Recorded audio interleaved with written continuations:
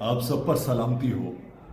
اختر سعیدی کا لکھا ہوا ہے، رواں دواں ہے زندگی چراغ کے بغیر بھی، ہے میرے گھر میں روشنی چراغ کے بغیر بھی، تھے جس کی جستجو میں سب حریف کاروان شب، وہ راہ ہم نے ڈھونڈ لی چراغ کے بغیر بھی، محبتوں کے دیپ ہر قدم پہ میں جلاؤں گا، ہے مجھ میں ذوق آگہی چراغ کے بغیر بھی، وہ زندگی جو مشعل وفا کی ہم رکاب تھی، گزر گئی ہنسی خوشی چراغ کے بغیر بھی۔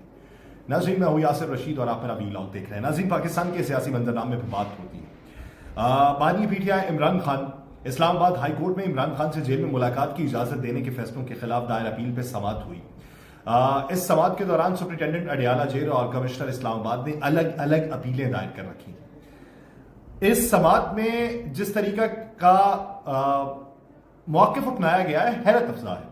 اس سماعت کے دوران شوکت بسرا جو ہے، جو سنی اتحاد کونسل کے رہنما ہے، وہ روسٹم پہ آئے۔ چیف جسٹس عامر فاروق نے اظہار برہمی کیا۔ انہوں نے کہا کہ متعلقہ وکیل کو بات کرنے دیں، آپ جا کے بیٹھ جائیں۔ شوکت بسرا صاحب نے آگے سے جواباً کہا، مجھے بات تو کرنے دیں، ایک گزارش کرنی ہے۔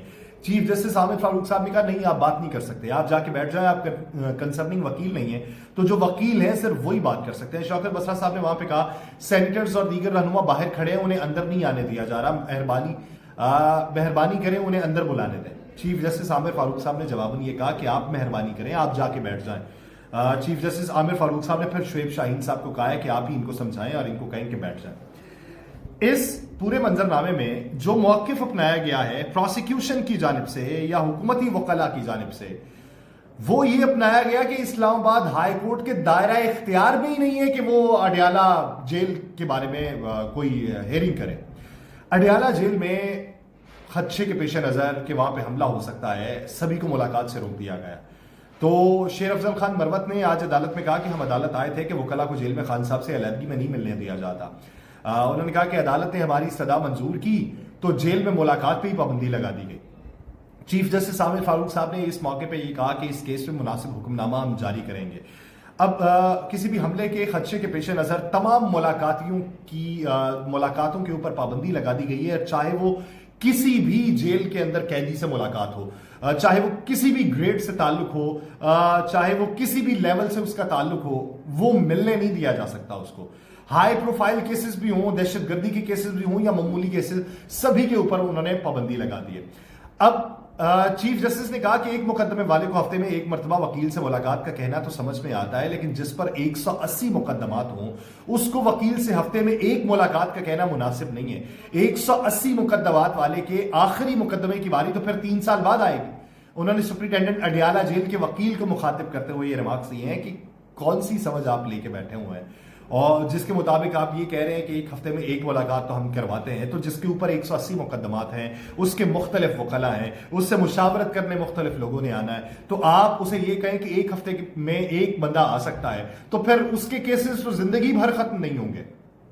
چیف جسٹس نے اس موقع کے اوپر کہ جہاں پہ یہ کہا کہ اسلام آباد ہائی کورٹ کے دائرہ اختیار میں نہیں آتا اڈیالہ جیل کے مقدمات کی سماعت کرے، تو چیف جسٹس نے کہا اسلام آباد کے قیدی اڈیالہ جیل کے اندر ہی ہوتے ہیں۔ عدالت نے سرکاری وکیل کو کہا کہ آپ روپ پڑھ لیں اور ہمیں بتائیں کہ آپ کا مسئلہ کیا ہے۔ تو سرکاری وکیل نے کہا کہ وفاقی عدالت کا دائرہ اختیار تب ہوگا جہاں ٹرائل ہوا ہو۔ تو عدالت نے یہ کہا کہ اگر آپ کی بات مان لیں تو پھر اسلام آباد کے ہمارے انڈر ٹرائل یا سزا یافتہ قیدیوں کے حوالے سے فیصلے کا اختیار ہمارے پاس نہیں ہوگا۔ انہوں نے کہا آپ اس کیس کو کہیں اور لے کر نہ جائیں۔ چیف جسٹس عامر فاروق صاحب نے کہا کہ میاں نواز شریف کی کیس کی اپیلیں یہاں پہ زیر سماعت رہی ہیں، اپیل میں عدالت بالکل جا سکتی ہے۔ سرکاری وکیل نے یہ موقف وہاں پہ اپنایا تو چیف جسٹس نے کہا کہ آپ کوئی اور نقطہ اٹھائیں اور اس کے اوپر دلائل دیں۔ چیف جسٹس نے کہا اگر آپ کی بات مان لیں تو اس کا مطلب یہ ہے کہ سزا ہونے کے بعد ہمارا کوئی لینا دینا نہیں ہے، یعنی یہاں پہ جو کیسز چلے ہیں اس کے بعد اگر سزا ہو گئی تو پھر ہمارا لینا دینا نہیں بنتا، پھر ہم اس ضمن کے اندر کوئی سیکنڈری آرڈر نہیں کر سکتے۔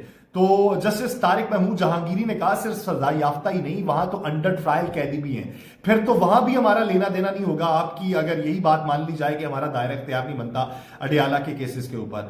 تو انہوں نے یہ بھی کہا ہے کہ آپ اگر میرٹ پر نہیں آتے تو آپ کی مرضی، مگر اس نقطے کو آپ کہیں اور لے کے جا رہے ہیں۔ جیل راولپنڈی میں واقع ہونے کا مطلب یہ نہیں ہے کہ اسلام آباد کا دائرہ اختیار اس کے اوپر نہیں بنتا۔ اسلام آباد کیپٹل ٹیریٹری کا اڈیالہ جیل میں دائرہ اختیار ہے، اور وہاں پر جو کیسز ہیں اور وہاں پر جو اس وقت ملزم موجود ہیں، مجرمان موجود ہیں، اور جن کے کیسز اسلام آباد ہائی کورٹ میں ڈسکس ہوتے رہے ہیں، وہاں سے انہیں سزائیں ہوئی ہیں یا وہاں پہ اس وقت زیر سماعت ہیں، تو دائرہ اختیار انہی کا بنتا ہے، اور دائرہ اختیار کا استعمال کرتے ہوئے ملاقات کی اجازت دی جانی چاہیے۔ اب اس ضمن میں آنے والے دنوں میں کیا ملاقاتوں کی اجازت ملتی ہے، کیونکہ اس کے اوپر تو بہت ساری باتیں ہو چکی ہیں کہ ملاقات کی اجازت کس خدشے کے پیش نظر روکی گئی ہے۔ خدشات بہت سے نمایاں کیے جاتے ہیں، لیکن خدشات پس پردہ بھی بہت سارے ہوتے ہیں۔ اس کے علاوہ اسلام آباد ہائی کورٹ میں آج ایک اور سماعت بھی ہوئی۔ اسلام آباد ہائی کورٹ نے social media plate form x یعنی ٹویٹر کی بندش میں پاکستان ٹیلی کمیونیکیشن اتھارٹی سے واضح جواب طلب کیا۔ ٹویٹر بہت عرصے سے بند ہے، لیکن گاہے بگاہے اس کے سگنلز آتے رہتے ہیں، اپلیکیشن چلتی ہے، لیکن بہت سی جگہوں پر نہیں چلتی۔ اسلام آباد ہائی کورٹ کی چیف جسٹس عامر فاروق نے social media plate form x کی بندش کے خلاف درخواستوں پر سماعت کی، جس سلسلے میں پی ٹی اے یعنی پاکستان ٹیلی کمیونیکیشن اتھارٹی اور درخواست گزار کے وکلاء عدالت کے اندر پیش ہوئے۔ پی ٹی اے کے وکیل نے تیاری کے لیے عدالت سے وقت مانگا۔ عدالت نے یہ سوال کیا کہ سندھ ہائی کورٹ میں دائر درخواست کے اوپر کیا ہوا تھا، وہاں تو توہین عدالت کی درخواست پر سماعت ہونی تھی۔ اس پر وکیل درخواست گزار نے کہا کہ توہین عدالت کی درخواست پر نوٹس جاری کیا گیا۔ پی ٹی اے کے وکیل نے عدالت سے یہ کہا کہ ہمارا اس درخواست کے قابل سماعت ہونے پر بھی اعتراض ہے۔ یعنی آج کل اسلام آباد ہائی کورٹ کی جو سماعتیں ہیں اس کے قابل سماعت ہونے پہ اعتراضات اٹھائے جا رہے ہیں۔ عدالت نے کہا کہ جو بھی ہے، جس نے بھی کیا ہے، لیکن ایک سوشل میڈیا پلیٹ فارم بند ہوا ہے۔ میڈیا رپورٹس کے مطابق سندھ میں بھی ڈھیلا ڈھالا ہی کام چل رہا ہے، اس لیے آپ کو کہا ہے کہ اس عدالت میں مفصل جواب جمع کرائیں۔ عدالت نے پی ٹی اے کے وکیل کو ہدایت کی کہ آئندہ سماعت کے اوپر آپ واضح جواب کو جمع کروائیں۔ واضح جواب ہونا چاہیے، عدالت کو یہ بھی بتائیے کہ دراصل ہو کیا رہا ہے۔ سوشل میڈیا پلیٹ فارمز کی جو بندش ہے اس سے کتنا فائدہ مورلی ہوتا ہے یا کتنا نقصان فائنینشلی ہوتا ہے، یہ دیکھنے کی ضرورت ہے۔ آج وکیل درخواست گزار نے یہ کہا ہے کہ سوشل میڈیا پلیٹ فارم بند کرنا بنیادی حقوق کی خلاف ورزی ہے۔ اس پر عدالت نے کہا کہ ابھی جواب تو آنے دیں، اپنے ہتھیار پہلے ہی نہیں دکھا دیے جاتے، اسی لیے زیادہ لمبی تاریخ نہیں ڈالی اور جلدی جواب طلب کیا۔ عدالت نے social media plate form x کی بندش کے خلاف درخواست پر سماعت جو ہے اس کو 26 مارچ تک ملتوی کر دیا۔ آج تاریخ ہے 12، یعنی 14 دن ابھی مزید سماعت ملتوی کی گئی ہے، تو 14 دن اس کی بندش مزید رہے گی۔ بات میں کر رہا ہوں کہ فائنینشلی نقصان کتنا ہوتا ہے، تو ذرا پوچھ لیجئے کہ چند منٹس کے لیے پوری دنیا میں جو فیس بک کی بندش ہوئی تھی اس سے فیس بک کو کتنا نقصان ہوا، چند منٹس کے لیے۔ تو اب اس کا آپ نتیجہ یہ بھی دیکھ لیجئے کہ پاکستان میں کئی دنوں کے لیے وہ سروس بند ہے، تو اس کا نقصان پاکستان کے حصے میں کتنا آتا ہوگا۔ لیکن ہم نفع نقصان کب دیکھتے ہیں؟ ہم دیکھتے ہیں مال کیسے بنے گا۔ وفاقی وزیر خزانہ محمد اورنگزیب صاحب جو ہیں، انہوں نے کہا کہ پاکستان عالمی مالیاتی فنڈ سے بڑا اور طویل پروگرام لینے کا خواہش مند ہے۔ یعنی مثال کے طور پہ کہ میں کسی سے 50 روپے ادھار مانگوں مہینے کے، اور اگلے مہینے پھر مانگ لوں، اگلے مہینے پھر مانگ لوں، قرضہ مجھ پہ چڑھتا رہے، واپسی جو میں نے 400 میرے پہ بوجھ ہو گیا، اور واپسی جو میں نے کرنی تھی تو میں نے 150 کی کر دی، اور میں نے اسے کہا کہ اب مجھے 1000 روپیہ دے، تو پھر ایک وقت وہ آئے گا کہ میں کہوں گا تو پکا ہی لا دے میرا مہینہ۔ یہ وہ صورتحال ہے کہ ہم یہ چاہ رہے ہیں کہ ہمارا مہینہ پکا لگ جائے۔ محمد اورنگزیب صاحب کہتے ہیں کہ ہم کمرشل فائنینسنگ لیں گے اور بانڈز لانچ کریں گے، تھوک فروشوں، پرچون فروشوں، ریل اسٹیٹ اور زرعی آمدن کو ٹیکس نیٹ کے اندر لایا جائے گا۔ مہنگائی میں کمی کا رجحان ہے، مہنگائی میں کمی کا رجحان ہے، سود کی شرح بھی کم ہوگی، دوست ممالک سے رقوم جمع کرانے اور رول اوور کرانے کا دور بیت چکا ہے۔ سفس بیرون ملک سے سرمایہ کاری لانے کا اہم پلیٹ فارم ہے۔ ان کا کہنا تھا کہ آئی ایم ایف کی شرائط کی وجہ سے اعتماد کا فقدان ہے، اور سندھ کی طرح وفاق بھی پبلک پرائیویٹ پارٹنرشپ اپنا سکتا ہے۔ پالیسی تشخیص کی کوئی کمی نہیں ہے، لیکن حکومت نے غور و خوض کی بجائے نفاذ کا مرحلہ شروع کرنے کا فیصلہ کیا ہے۔